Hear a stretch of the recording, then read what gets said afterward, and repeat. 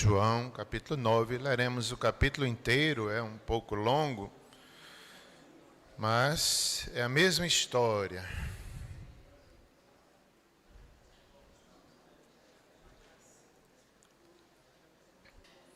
Jesus é a luz do mundo, ele já vem se revelando nos capítulos anteriores.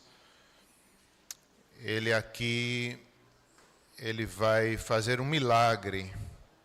E a partir desse milagre trazer ensinamentos, trazer sermões, ensino sobre o perigo da incredulidade, o perigo de rejeitar o Messias. Ele cura o cego para suas obras, manifestar o seu poder e ao mesmo tempo trazer um ensino a partir dali.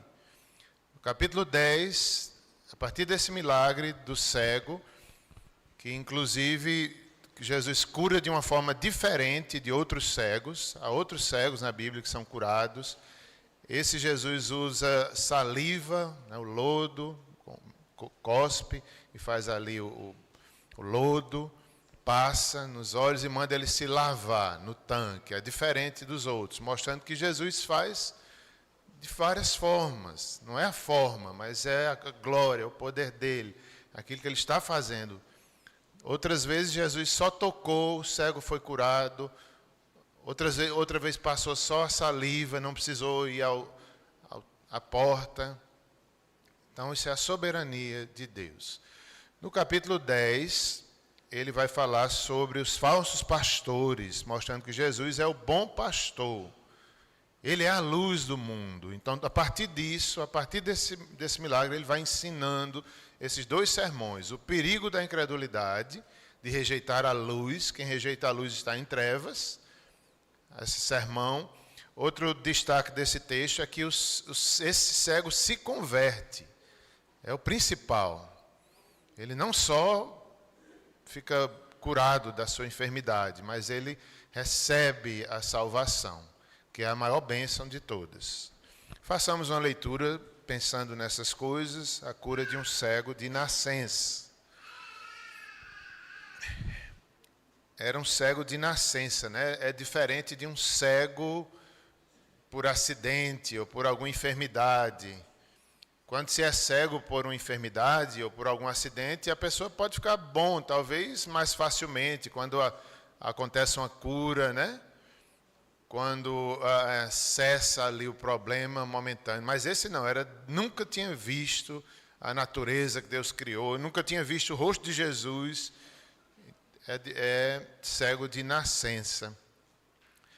Eu outro dia contei aqui, eu crio uns coelhinhos, né? Tem uma coelha e 2 filhotes. Um deles, eles estão com uns 40 dias, os filhotes. Um deles pareceu que ia ficar cego, porque eu encontrei quase morto, assim, preso num lugar, mas salvamos, mas ele estava com os olhinhos fechados, inflamados. Eu digo, parece que nasceu cego. A gente foi cuidando, alimentando, hoje ele está vendo, está quase curado. É tão bonito ver isso, né? Num coelho, imagine num ser humano. Então, cada vez que eu vejo pulando, eu digo, que coisa linda, ele vendo, pulando, brincando, né, Gabi? Então vamos fazer a leitura. Ontem ela estava na reunião de casais, está lembrada de mim? Ela me deu os braços, foi para o meu braço. Não foi, Gabi? Está lembrada? Então vamos ler. João 9, todo o capítulo. Caminhando Jesus, viu um homem cego de nascença. E os seus discípulos perguntaram, Mestre, quem pecou? Este ou seus pais, para que nascesse cego? Respondeu Jesus, nem ele pecou, nem seus pais, mas foi para que se manifestem nele as obras de Deus. É necessário que façamos as obras, repetindo, daquele que me enviou, enquanto é dia. A noite vem, quando ninguém pode trabalhar. Enquanto estou no mundo, sou a luz do mundo. Dito isto, cuspiu na terra e, tendo feito lodo com a saliva, aplicou aos olhos do cego, dizendo-lhe, vai, lava-te no tanque de Siloé, que quer dizer enviado. Ele foi, lavou-se e voltou vendo.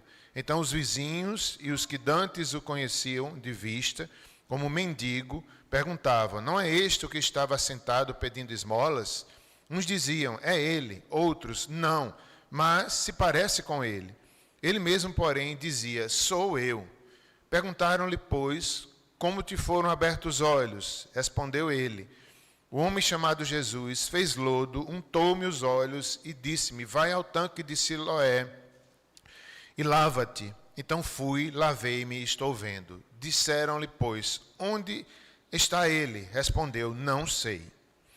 Levaram, pois, os fariseus o que dantes fora cego, e era sábado, o dia em que Jesus fez o lodo e lhe abriu os olhos. Então os fariseus, por sua vez, lhe perguntaram: como chegaram a ver? E os que lhes respondeu, aplicou lodo aos meus olhos, lavei-me e estou vendo. Por isso alguns dos fariseus diziam: esse homem não é de Deus, porque não guarda o sábado. Diziam outros: como pode um homem pecador fazer tantos sinais? E houve dissensão entre eles. De novo perguntaram ao cego: que dizes tu a respeito dele, visto que te abriu os olhos? Que é profeta, respondeu ele. Não acreditaram os judeus que ele fora cego e que agora via, enquanto não lhe chamaram os pais. E os interrogaram: é este o vosso filho, de que dizeis que nasceu cego? Como, pois, vê agora? Então os pais responderam: sabemos que este é nosso filho e que nasceu cego, mas não sabemos como vê agora, ou quem lhe abriu os olhos também não sabemos. Perguntai a ele: idade tem? Falará de si mesmo. Isto disseram seus pais, porque estavam com medo dos judeus, pois estes já haviam assentado que, se alguém confessasse ser Jesus o Cristo, fosse expulso da sinagoga. Por isso é que disseram os pais: idade tem, interrogai-o. Então chamaram pela segunda vez o homem que fora cego e lhe disseram: dá glória a Deus. Nós sabemos que este homem é pecador. Ele retrucou: se é pecador, não sei. Uma coisa sei: eu era cego e agora vejo. Perguntaram-lhe, pois: que te fez ele? Como te abriu os olhos? Ele lhes respondeu: já vos disse e não atendestes, porque quereis ouvir outra vez. Porventura quereis vós também tornar-vos seus discípulos? Então o injuriaram e lhe disseram: discípulo dele és tu, mas nós somos discípulos de Moisés. Sabemos que Deus falou a Moisés, mas este nem sabemos de onde é.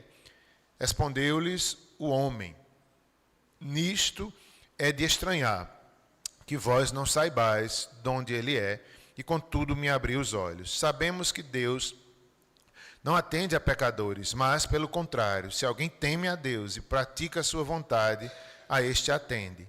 Desde que há mundo, jamais se ouviu que alguém tenha aberto os olhos de um cego de nascença. Se este homem não fosse de Deus, nada poderia ter feito. Mas eles retrucaram: tu és nascido todo em pecado, e nos ensina a nós, e o expulsaram. Ouvindo Jesus que eu tinha expulsado, encontrando, lhe perguntou: crês tu no Filho do Homem?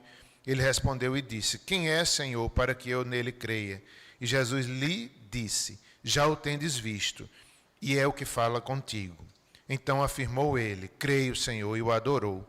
Prosseguiu Jesus: eu vim a este mundo para juízo, a fim de que os que não veem vejam, e os que veem se tornem cegos. Alguns dentre os fariseus que estavam perto dele perguntaram-lhe: acaso também nós somos cegos? Respondeu-lhe Jesus: se fosseis cegos, não teríeis pecado algum. Mas, porque agora dizeis, nós vemos, subsiste o vosso pecado. Oremos mais uma vez. Senhor, as maravilhas da tua palavra são eternas, transforma nossas vidas, nos faz andar na luz e ver a luz. Ajuda-nos a vermos as tuas verdades e que elas nos transformem a cada dia mais. Em nome de Jesus, oramos e agradecemos. Amém. Quanta coisa, né? Num texto só. Quantas perguntas para o cego. Não acreditavam. Ele era cego mesmo. a transformação foi tão grande que diziam, parece com ele, mas não é ele. Veja que transformação.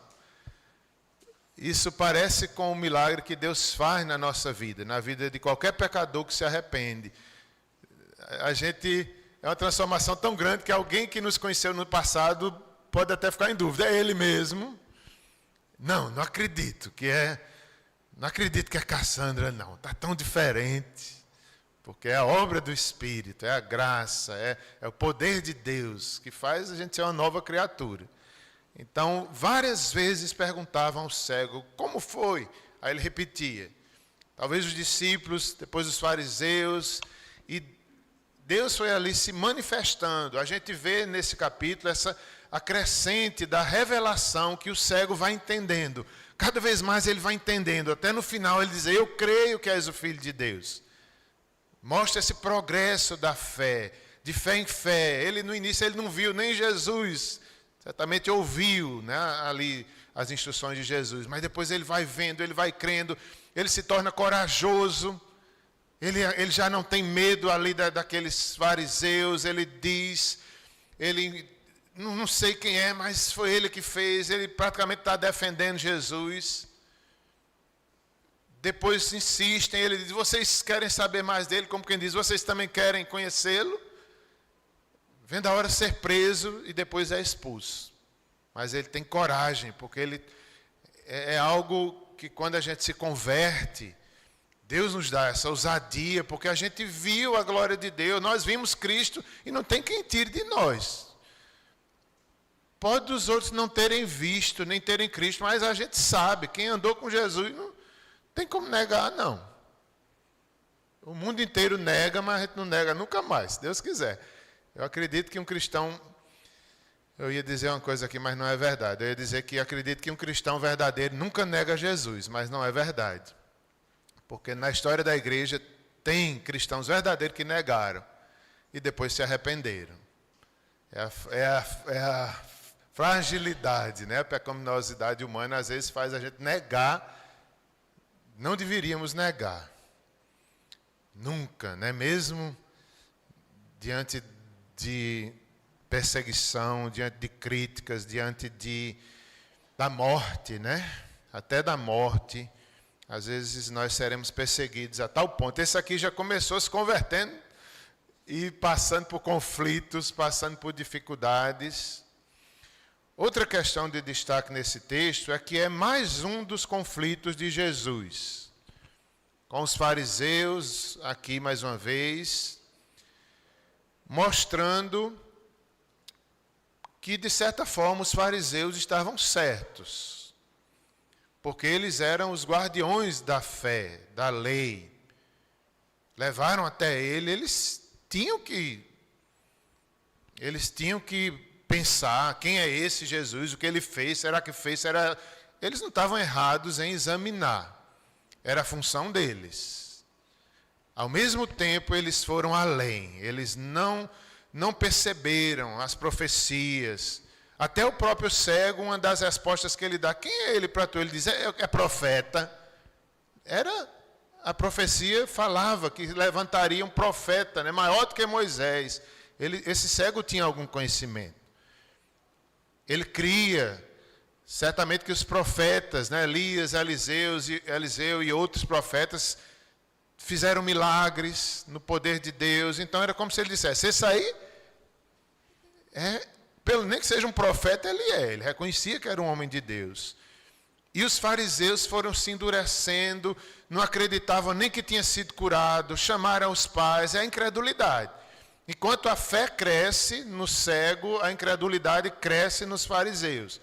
Eles começaram bem, examinando, tirando dúvidas, chamando os pais. Tudo bem. Mas aí, em vez daquilo, aumentar a fé deles ia diminuindo. Eles não acreditavam talvez nem nos pais, não acreditavam mais que era o cego, parece com ele, queria desacreditar do milagre, mas ele era conhecido. Parecia que era uma família conhecida, ele era mendigo também. Naquela época, os cegos, muitos se tornavam mendigos. Hoje não, né? O cego, hoje em dia, é bem diferente. Trabalha, pode se sustentar, mas naquela época muitos tornavam-se mendigos. Então, eles foram se endurecendo. Eles não entendiam que Jesus era o Filho de Deus e trazia algo novo, que era a nova aliança, profetizada também. Eles se endureciam na questão do sábado. Porque foi num sábado. Jesus quebrou 3 mandamentos na hora que curou esse cego. Porque foi no sábado, porque cuspiu na terra e fez lodo, trabalhou no sábado, curou alguém no sábado. Aí eles pegavam nisso e não queriam saber de mais nada. Não entendiam que Jesus trazia o novo, que ele é maior do que Moisés, que ele é o Filho de Deus. Ele não estava contra as profecias, ele estava cumprindo as profecias. Eles, em vez deles entenderem o novo de Deus, eles pegavam num ponto ali, é sábado. Jesus quebrou, Jesus cuspiu, Jesus fez lama, fez barro, trabalhou no sábado. Alguns estudiosos veem alguma analogia de Jesus em ter feito barro. Não sabemos se é verdade, se era essa a intenção de Jesus, mas era como se estivesse mostrando a pecaminosidade humana. Nós viemos do barro. Todos nós somos barro. Era como se Jesus estivesse dizendo isso. Vai, lava-te no tanque de Siloé, que quer dizer enviado. Talvez uma analogia de Jesus, verso 7, Siloé, que quer dizer enviado. Era como se Jesus estivesse revelando ao cego: eu sou o enviado, eu sou o Messias. Vai lá no tanque de Siloé. Talvez o cego, enquanto fosse, estaria pensando: será que Jesus é o enviado? Será que Jesus é o Messias? No final ele vai dizer: eu creio. És o Messias, és o Filho de Deus.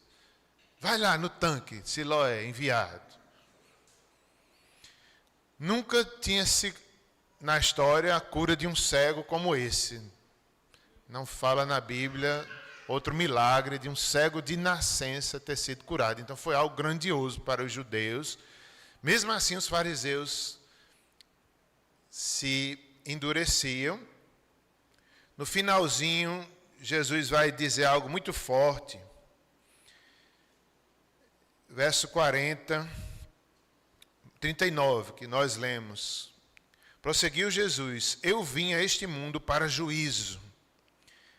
Lembra que quando Maria e José levaram ele pequenininho ao templo, houve uma profecia, não é? Simeão, e houve a profecia sobre Jesus e para Maria também, dizendo: ele será para juízo de muitos em Israel, em outras palavras. Ele será para bênção e salvação de muitos, mas também para condenação. Jesus veio com essa missão de condenar os incrédulos e salvar aqueles que temessem, aqueles que creem. Então Jesus aqui diz: eu vim para juízo. Vim para o que? Vim a fim de que vejam, certamente uma referência aos gentios. Que no capítulo 10, logo em seguida, ele vai dizer que é o bom pastor, e ele vai dizer: eu tenho outras ovelhas em outro aprisco, que ele precisava salvar os gentios. Uma clara revelação da obra de Cristo universal. Então aqui Jesus já estava indicando para isso aqui também, a fim de que os que não veem, vejam. As nações, nós aqui estávamos certamente incluídos, nós não víamos, mas hoje cremos, hoje estamos na luz, hoje chegou até nós o Evangelho. E os que veem se tornem cegos, muitos judeus. Alguns dentre os fariseus que estavam perto dele perguntaram-lhe: acaso também nós somos cegos? Quer dizer, será que nós somos cegos? Respondeu-lhe Jesus: se fossem cegos, não terias pecado algum, mas porque agora dizeis, nós vemos, subsiste o vosso pecado. Então Jesus ali está dizendo, não é que eles não fossem pecadores, Jesus não está negando o pecado universal de ninguém, muito menos dos fariseus, mas é daquele pecado específico de não aceitar o Messias. Eles não criam, eles estavam ali achando que viam, mas não viam. É só parece com Cassandra. É um orgulho, né, Cassandra? O orgulho de se humilhar, eles ali orgulhosos, e o orgulho cega a gente, e o orgulho não deixa a gente, como a gente viu ontem na reunião dos casais, o orgulho não deixa a gente ver que a gente é orgulhoso, o orgulho não deixa a gente ver que a gente está cego, a gente acha que está vendo melhor do que todo mundo. Os judeus achavam que estavam vendo. Inclusive, essa é uma característica do pecado, né, que nós estudamos domingo passado, sobre a doutrina da, como é o nome, Tiago? Agora esqueci, da pecaminosidade, depravação total. Está aqui também vista. Por causa da depravação total, até os judeus foram atingidos. Eles achavam que viam plena luz, estavam cegos.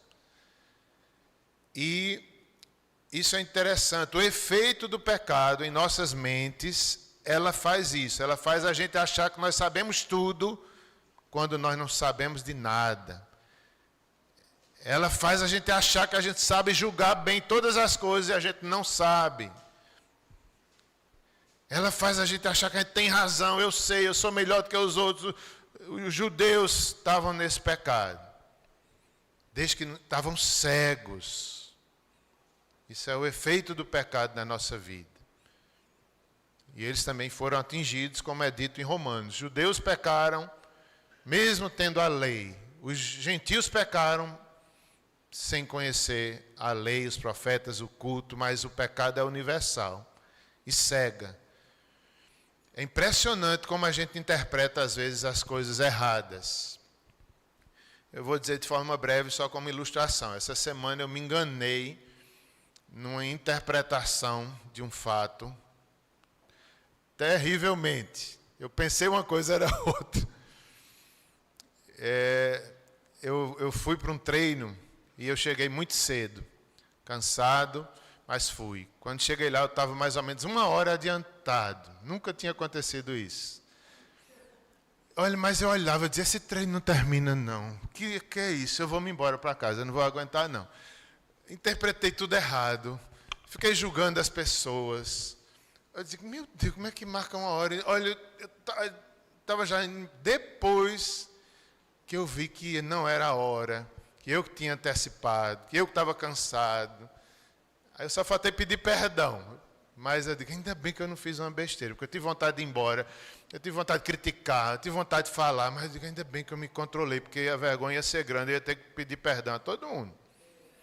Está entendendo? Às vezes a gente faz isso, a gente acha que sabe, eu estou vendo tudo, está tudo certo e está tudo errado.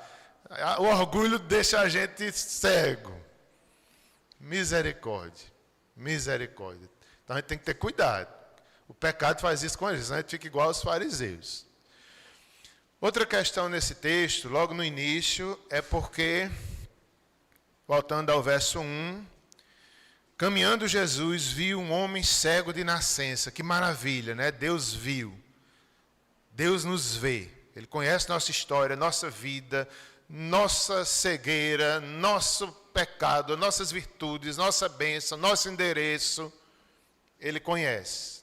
Jesus viu um homem cego de nascença. E os seus discípulos perguntaram, mestre, quem pecou, este ou seus pais, para que nascessem cego?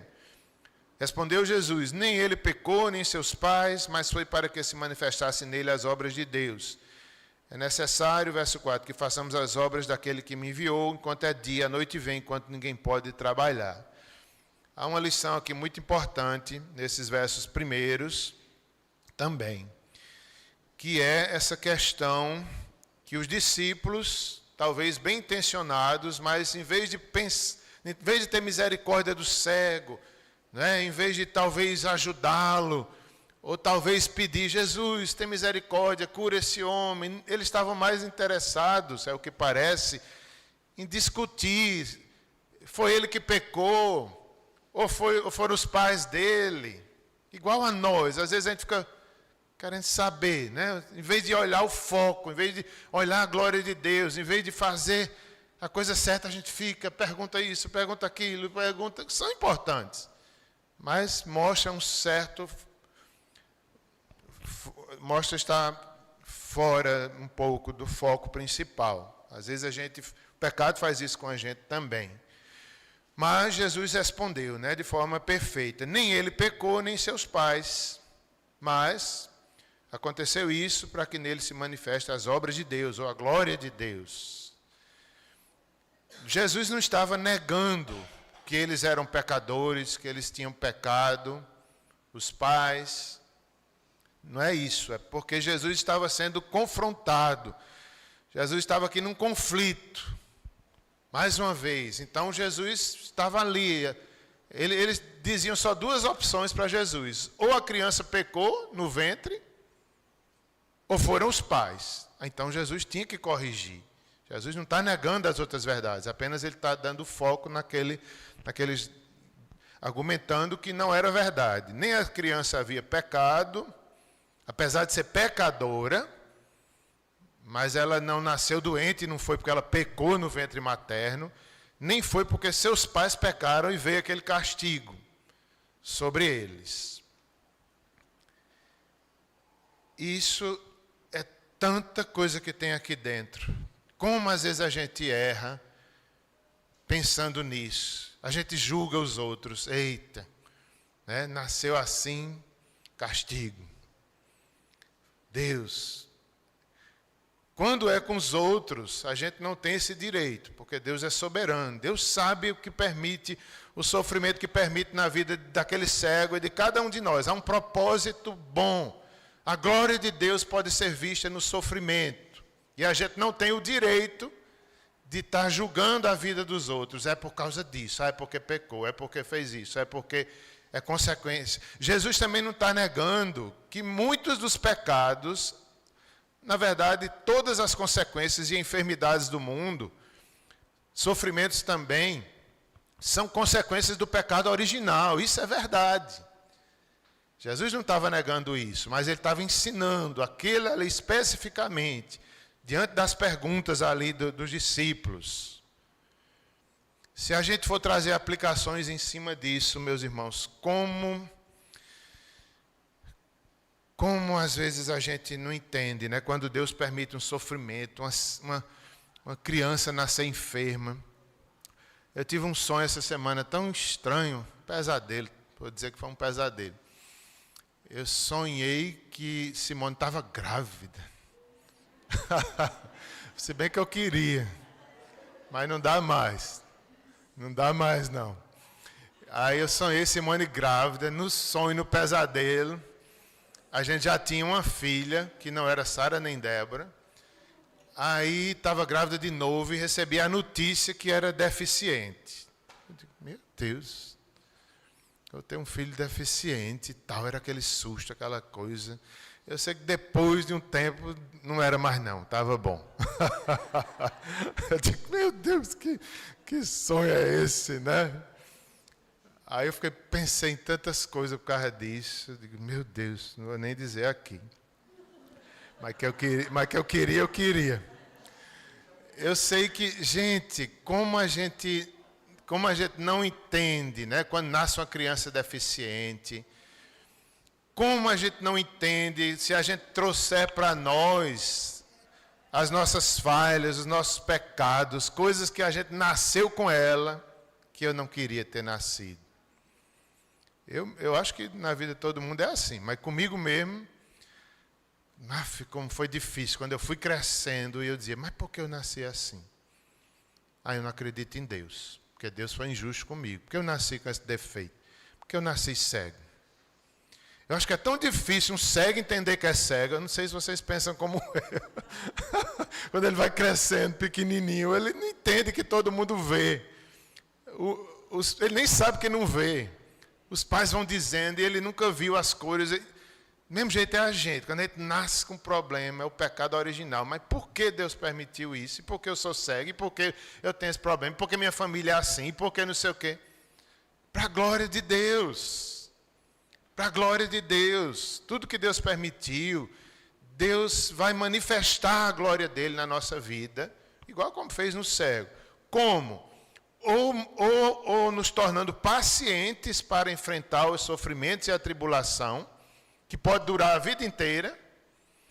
Ele poderia ser cego a vida inteira. Tinha vários outros cegos que Jesus não curou. Curou esse. Curou um. E outros que a Bíblia relata, talvez uns 4.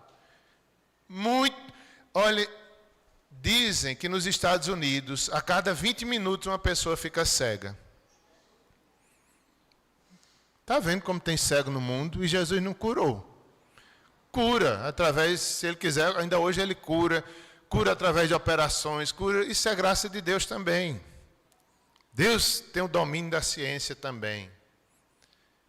Mas como a gente é limitado, a gente quer que seja só do jeito que a gente quer. Se Jesus fez uma vez, tem que fazer toda vez. Não. Uma vez Ele fez de um jeito, outra vez Ele fez de outro. Essa é a soberania. Isso é a soberania de Deus. Ele pode ser glorificado. A glória de Deus pode ser manifesta em nossas vidas pela paciência que Ele vai nos dar de enfrentar aquela situação com sabedoria, com humildade.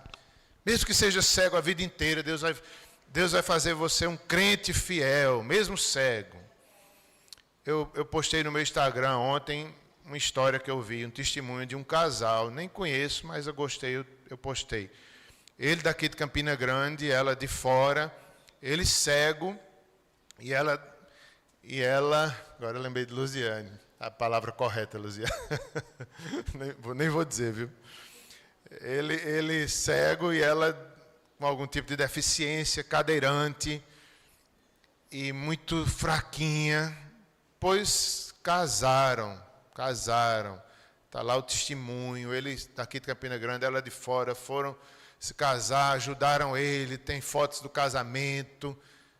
Duas fragilidades. Deus está manifestando a glória dele no meio desses dois. E ela, enferma, tinha vontade de ser mãe.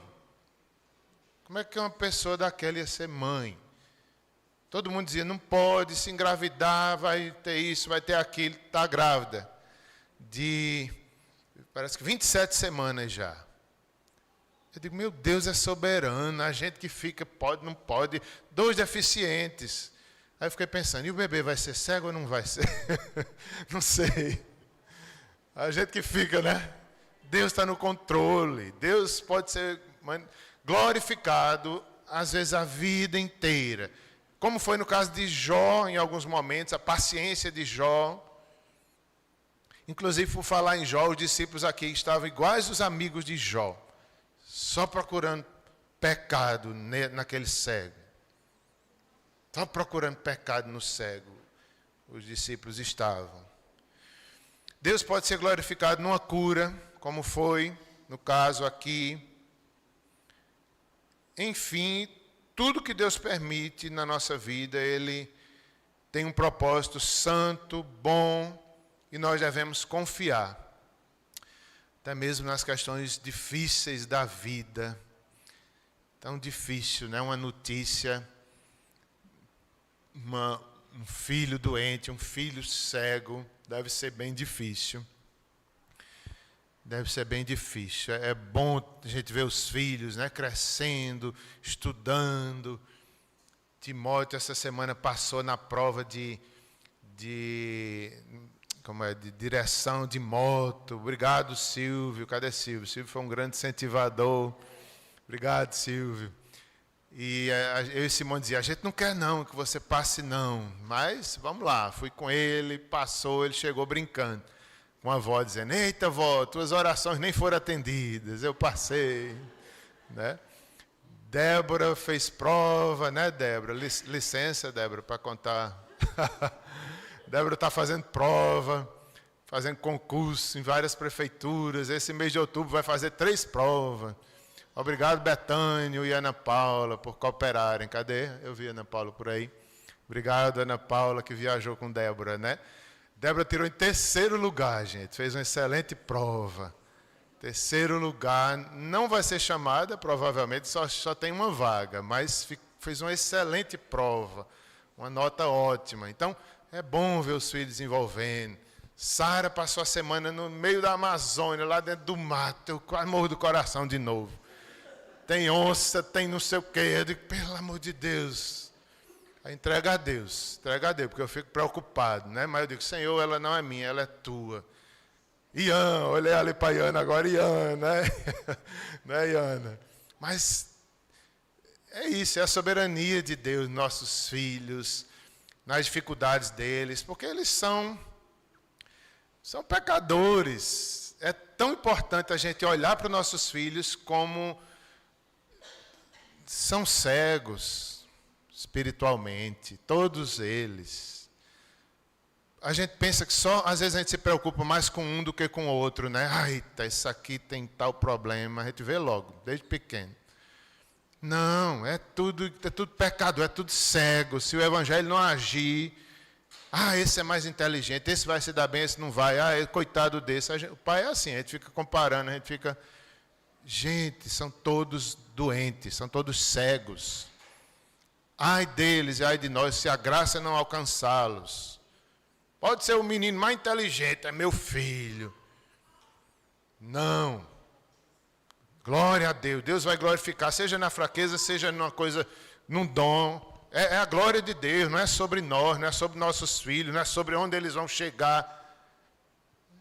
Um filho deficiente pode glorificar a Deus muito. A gente que tem a visão errada, a gente que interpreta tudo errado.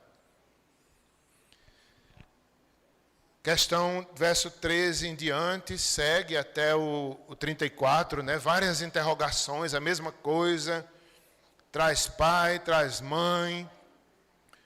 Parece que os pais ficam com medo, né? Ficam com medo, ele já é filho mais velho, pergunta a ele. É o medo, certamente o medo ali de assumir. Eu não conheço quem foi esse que curou, pergunta a ele mesmo. Mostra um certo medo, mas ao mesmo tempo mostra algo importante para os pais. Que a gente tem que ir deixando nossos filhos crescerem. Quando vai chegando certa idade, a gente tem que... Já tens idade, meu filho, vai respondendo. O que é que tu pensas sobre isso? A palavra de Deus diz isso, isso e isso, mas você o que diz, meu filho? Não é mais minha vez, é sua vez. Com amor, pertinho, corrigindo. Tem essa aplicação também. Já tens idade, pergunta a ele que sabe quem curou ele. Como é difícil, pelo menos para mim, fazer isso, deixar meus filhos decidirem. Deixar meus filhos pensarem. É difícil, viu? A vontade que tem é dizer, faça assim, vai ser assim. Enquanto era pequeno, era bom. Enquanto é pequeno, vai não vai. Senta aqui, vai levar uma chinelada, tem que levar. É tão bom, pequeno. É tão bom. Mas quando cresce, é diferente, né? Esse processo, a gente quer interferir, a gente quer mandar. Débora, só faz prova em tal cidade, na outra você não faz, Débora. Dá vontade de dizer isso. Você não vai, Débora. Tá bom, vai ficar. Já basta uma filha fora, eu não quero duas filhas fora de casa. Se Sara foi, agora você não vai, Débora. A vontade tem é proibir. Eu deixei Sara enganado, mas agora não sai mais nenhum. É brincadeira, né? Mas é a emoção humana, a pecaminosidade humana. Inclusive quando deixei Sara lá em Manaus, eu cheguei, né? Aí eu fiquei brincando. Eu digo, não sai mais nenhum dessa casa, está proibido sair dessa casa. Brincadeira. E mal compreensão do pai, né? Mas é isso. Aqui também tem a questão do sábado. A questão do sábado era muito forte, né? Eles estavam ali sem entendimento, sem olhar as profecias, criticando Jesus, que talvez ele tenha demônio, ele não é de Deus. A incredulidade vai aumentando. Eles viram ali a evidência do milagre, mas tentaram negar até o milagre. Injuriaram Jesus. Por falar em injuriaram, Antes disso, a questão do sábado. Eu queria que alguém abrisse aí Colossenses 2, para fazer uma leitura. Colossenses 2, sobre essa questão do sábado. Acho que é verso 16, 17, por aí.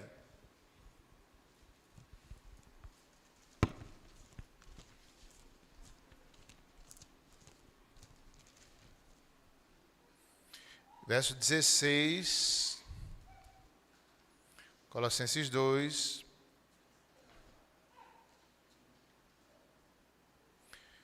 (16 e 17) apenas. Cerimonialismo, sombra de coisas futuras. Ninguém, pois, vos julgue por causa de comida e bebida. Desculpa, irmãos. Ninguém, pois, vos julgue por causa de comida e bebida, ou dia de festa, ou lua nova, ou sábados, porque tudo isso tem sido sombra das coisas que haviam de vir, porém o corpo é de Cristo.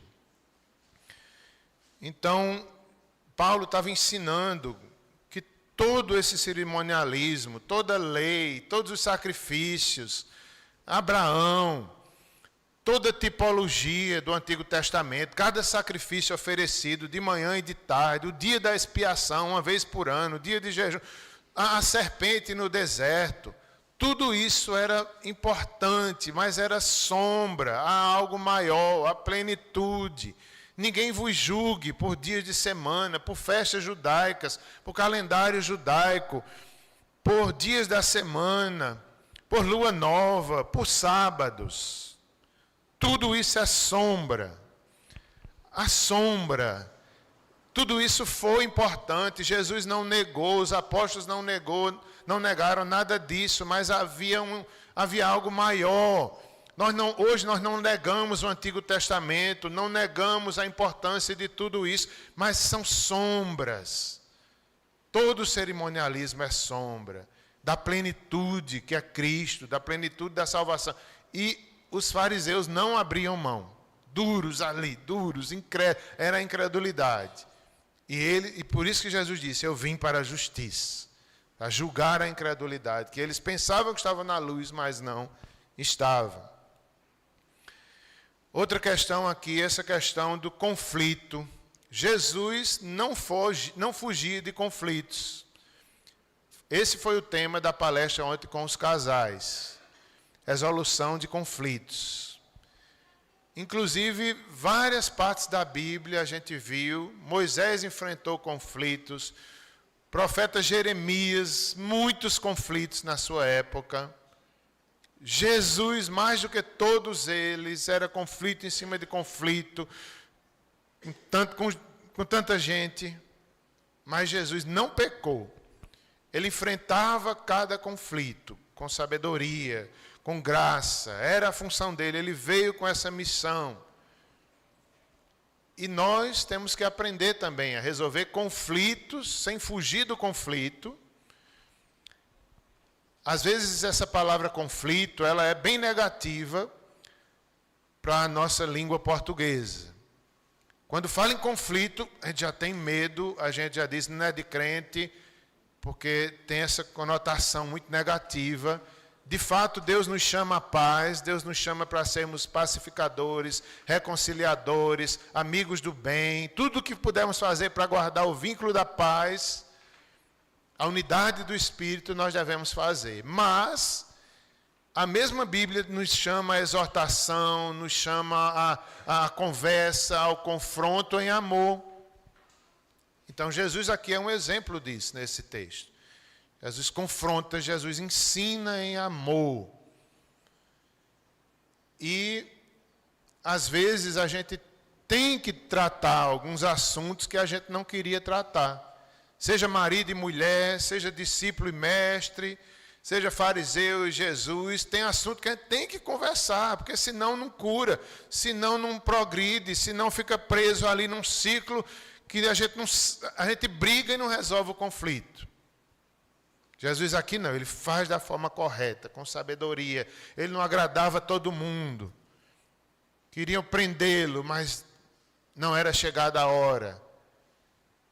Como a gente precisa saber confrontar em amor, dizer a verdade em amor, não fazer briga com tudo, mas se tem um problema a tratar, trate. Converse, chame, vamos conversar sobre isso de forma humilde, de forma que, inclusive, o contrário do orgulho é a humildade. Jesus foi humilde, no meio de uma situação dessa, Jesus está aqui humilde, falando, revelando, se ensinando, pregando. E em último lugar, verso 35 a 41, finalmente Jesus revela-se ao cego, né? Uma das revelações mais lindas. Eu que falo contigo, diz o verso 37. Jesus lhes disse, o cego pergunta no 36, quem é, Senhor, para que eu creia nele? Jesus lhes disse, já o tendes visto, eu que falo contigo, é o que fala contigo. Então afirmou ele, creio, Senhor, e o adorou. A conversão, todo aquele milagre, todo aquele ensino de Jesus na vida do cego tem o efeito de salvação, de adoração. Esse deve ser um efeito na nossa vida, de adoração. O Deus que nos escolheu, que tirou nossa cegueira, que nos elegeu antes da fundação do mundo. Nós devemos fazer igual o cego, aquele já adorou ali, adorou.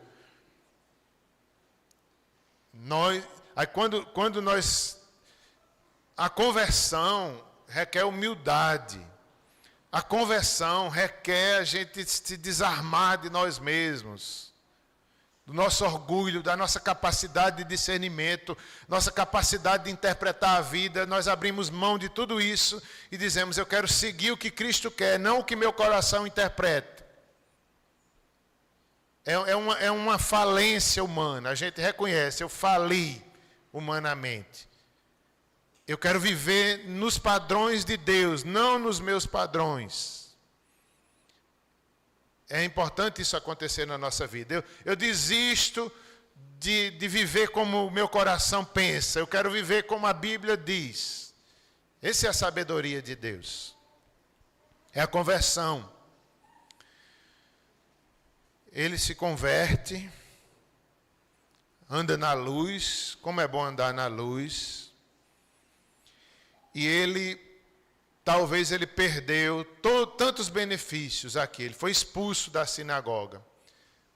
E o que é que a Bíblia diz? Quem não perder a própria vida não é digno. Ele perdeu, porque quando um judeu se convertia, expulso da sinagoga, talvez não arranjasse trabalho na cidade, talvez faltasse algumas coisas para ele, se bem que ele já era mendigo, ele já era acostumado, né? Era acostumado a passar privações, mas talvez ele teve dificuldade de arranjar um emprego, expulso da sinagoga, ninguém sabe se os pais dele se converteram ou não, talvez os pais criticaram.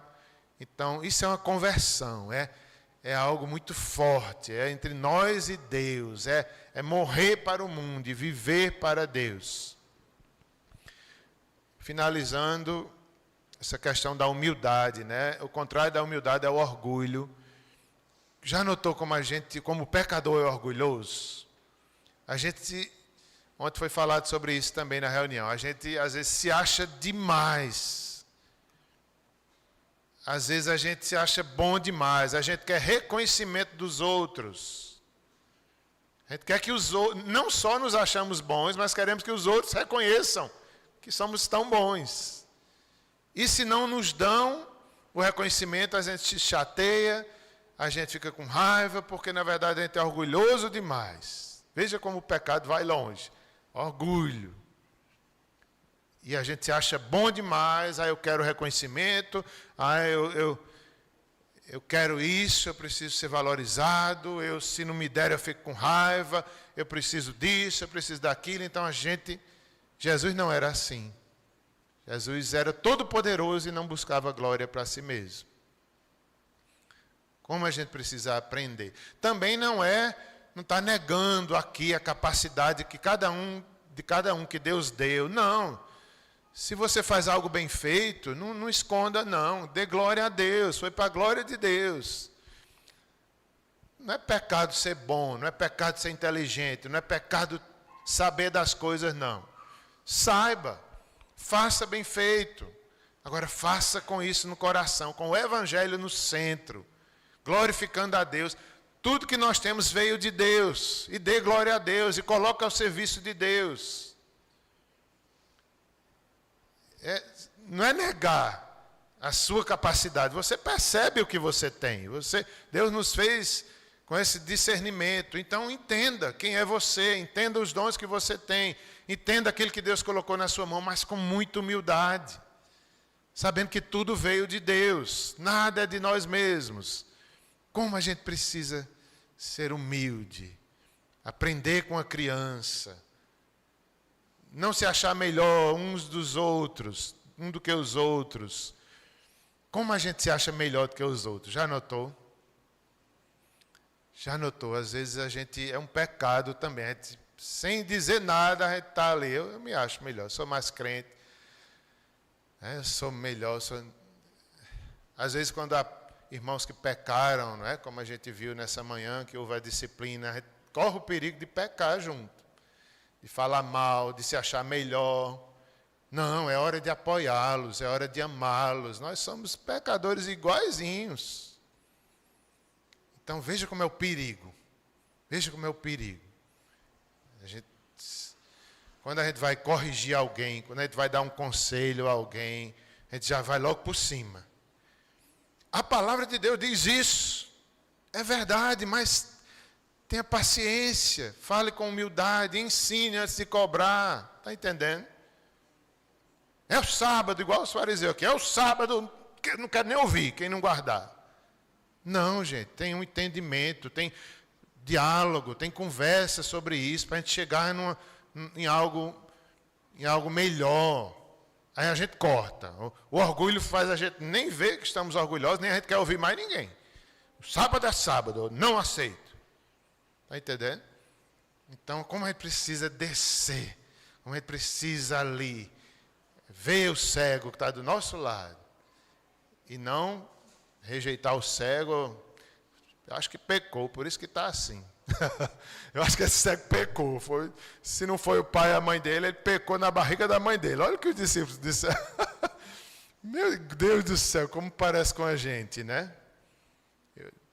Pecar, eu nunca vi falar em alguém pecar na barriga. Eu já vi alguém ser cheio do Espírito Santo, João Batista. Mas pecar na barriga, eu nunca vi isso. Aí já é pecador na barriga, sim, mas pecar na barriga, não. Pois vamos finalizar, meus irmãos. Vamos orar. Cantar um breve cântico também. Se tu olhares, Senhor, para dentro de mim, nada encontrarás de bom, mas um desejo eu tenho de ser transformado. Preciso tanto do teu perdão. Dá-me um novo coração. Dá-me um coração igual ao teu, meu mestre. Dá-me um coração igual ao teu, coração disposto a obedecer, cumprir todo o teu querer. Dá-me um coração igual ao teu. Ensina-me a amar o meu irmão, a olhar com os teus olhos, perdoar com teu perdão. Enche-me com teu Espírito, endireita os meus caminhos. Ó Deus, dá-me um novo coração. Enche-me do teu Espírito, dos meus caminhos. Vamos orar, irmãos. Dá-me um novo coração. Oremos, irmãos. Senhor, como tua palavra é luz, como o Senhor realmente é luz do mundo. E quando olhamos para ti, quando o Senhor nos transforma, tudo é diferente, tudo é diferente. A luz chega e as trevas vão indo embora, cada vez mais. Que seja assim, Senhor, na nossa vida. O conhecimento de Deus, a palavra de Deus vai nos libertando, nos corrigindo, nos santificando, nos dando sabedoria para vivermos, Senhor, durante toda a nossa vida. Sabemos que é um processo. O Senhor vai transformando pecadores como nós, de glória em glória, de fé em fé. Obrigado por insistir, Senhor, e ter paciência conosco, como tivesses com esse cego. O Senhor também nos ensina, o Senhor é paciente conosco. O Senhor também nos tem curado. Muito obrigado. Perdoa, Senhor, nosso orgulho. Perdoa quando julgamos o pecado dos outros, como esses discípulos fizeram, Senhor. Abençoa cada um de nós. A maravilhosa graça do nosso Senhor e Salvador Jesus Cristo. O amor de Deus Pai Todo-Poderoso, as consolações e o poder do Espírito Santo sejam sobre cada um de vós e sobre todo o povo de Deus, espalhado por toda a terra, desde agora e para sempre. Amém. Todos são convidados, o culto logo mais à noite, continuaremos com o tema aí da eleição incondicional. Todos estão convidados.